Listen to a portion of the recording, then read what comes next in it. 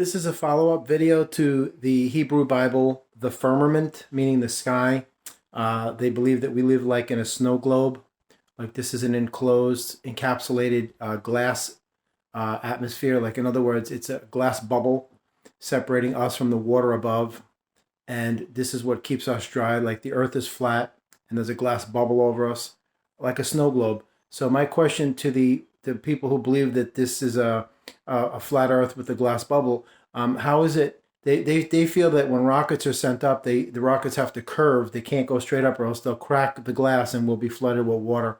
So my question is this: when asteroids and meteorites strike the Earth, how are they doing that? Because they're coming from what you call outer space. They're penetrating the atmosphere of the Earth, the stratosphere, and they're burying themselves in the terra firma of the Earth. So how is it that asteroids and meteorites are constantly striking the Earth every day and not breaking the glass that is supposed to be, encapsulating this entire flat Earth? So those are the questions I'd like to have answered. How is it that asteroids and meteorites continuously strike this Earth every day and they don't crack the glass? That's one thing. Where's the wind come from? How does the wind generate if there's no machines? If we're in like a snow globe, where does the wind come from? Where are the elements coming from? Where are the seasons coming from? We have lightning, rain, sleet, thunder, snow, hail. Where is all that coming from if we're inside a snow globe? Also, if we're inside a snow globe, as you know, that's an enclosed, shut off environment, meaning it's sealed. So the Earth is over 5 billion years old. It would have run out of air at some point. The Bible says that rain wasn't created until 100,000 years ago, but it also says that the Earth wasn't created until 5,000 years ago. And in the Hebrew Bible, which is the Book of Kings, the Old Testament, it says that there's a firmament that separates the water above and keeps the dry land below. So my question is, when asteroids and meteorites continuously strike this Earth on a daily basis, how come they're not cracking the glass? How are they passing through the glass without cracking it? This is what I'm saying. So you can clearly see that this tale was spun about 1523 years ago in the Hebrew Bible. It's all the same stuff. The whole premise of my video here is for you to just think for yourselves, and it's time to get rid of religion, because religion is the bane of the existence of humanity. It's really time to just shed that old archaic facet of what was and how they controlled you, and start controlling yourself. Because the whole aspect, the whole concept of the firmament, which means the sky. The word firmament means the sky. That's all it is. It's just it is what it is. There's no words for it. I mean, when you go outside, you feel the wind. The wind isn't just blowing in one direction like a wind machine. It's coming from a multitude of directions simultaneously.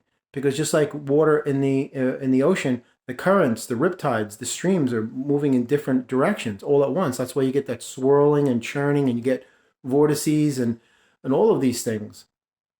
And you get the whirlpool effect, which is basically like an inverted tornado. And where do we get tornadoes from if we're in a snow globe? And they say we're underwater, so that would mean that the sun would refract through the light, but you can clearly see there's no refraction going on. And if there was a glass dome over us, the sunlight would be glistening off of it, shining. Just like if you take a bright light and shine it on glass, it shines, it glows. So that's not happening. So you can clearly see people are so easily susceptible to these things. But my question to the people who believe in the flat Earth and the firmament is, how are asteroids and meteorites striking this Earth constantly without cracking the glass? Who created the glass? And how is this big glass sphere created, or as you say, an upside down bowl? Because if this is a dome and we're flat, then it's an upside down bowl and it's flat. So it's like taking a glass mixing bowl, like a baking bowl, and turning it upside down. So that means there's no air that can get in, nothing flows, nothing moves. And if anything hits the glass, it'll crack it. So that means, by all accounts of your ideology, that the first asteroid strike would have cracked that glass and we would have already been submerged underwater. So that's what I'm saying. The whole premise is just absolute nonsense. This is why this is the third installment of the firmament, what I call the Hebrew snow globe. It's just nonsense, folks. Just like everything else you see. That's why when you wake up to this world, you have to just realize it's a game. don't take it serious, because if you take it serious, you make it serious. And if you make it serious, you take it serious. And then it's going to affect you because you're putting your feelings and emotions into something that doesn't exist. It's just a game. Something I've learned the hard way. Believe me when I tell you, don't take this life seriously. Enjoy what you can out of it, but when it starts to turn sour, just know that you don't deserve those types of experiences. And you remove your energy from those experiences so they can't affect you, because it's your tethering of your energy, feelings and emotions, and your heart, and your compassion, and all of these things, that this is how they can manipulate you and hurt you and get you to hurt yourself and be angry with yourself, and that self-induced suppressed rage that you carry, that you've assimilated, all of these things.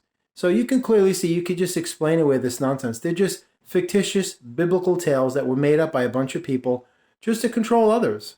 They probably sat around in some back room somewhere, laughing their butts off, just conjuring this stuff up. Sky ice and all of these things. It's so sad that people believe it. It really is. Anybody doubt the validity or the veracity of my words, just go to Russia. They can take you up in a MiG-29 Fulcrum. It's a fighter plane. And they'll take you up to the stratosphere. And they'll take you right to the edge of the atmosphere. And you can see the curvature of the Earth. You can see outer space. It's just silly to entertain this archaic propaganda. Absolutely.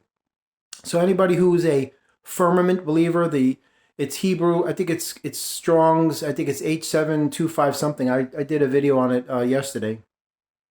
I looked up the age of it. It's only 1,523 years old, in juxtaposition to the Earth being over 5 billion. So you clearly see. So like before human beings came here, what was it then? It didn't exist. This story didn't exist. Human beings always bring with them these emotional baggage and such. They just always do.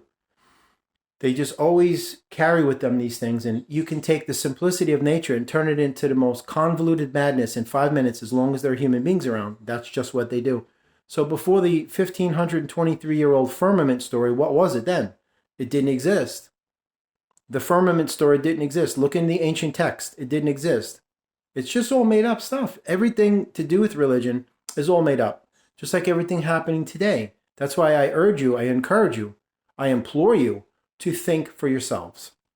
When you're plugging into social media, they are doing your thinking for you.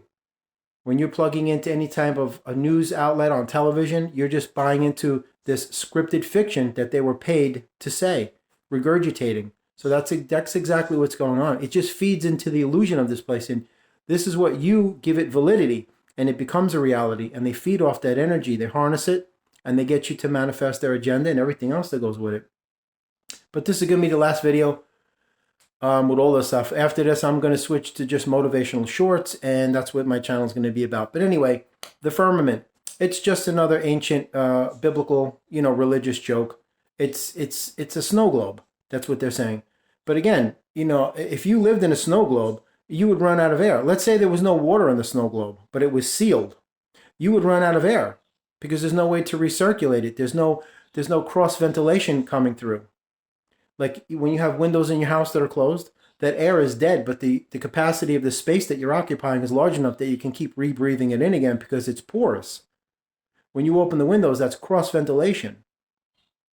When you go outside, it's the exchange of air that's constantly flowing that keeps it fresh, because the sky, the firmament, never grows stale. But above the firmament, you have the stratosphere, the ionosphere, the atmosphere. You know how it goes. These are scientific names. They're actually not true. They are. This place is what it is, irregardless of the superfluous scientific nomenclature that has been unnecessarily superimposed over these things that they had absolutely nothing whatsoever to do with the creation of.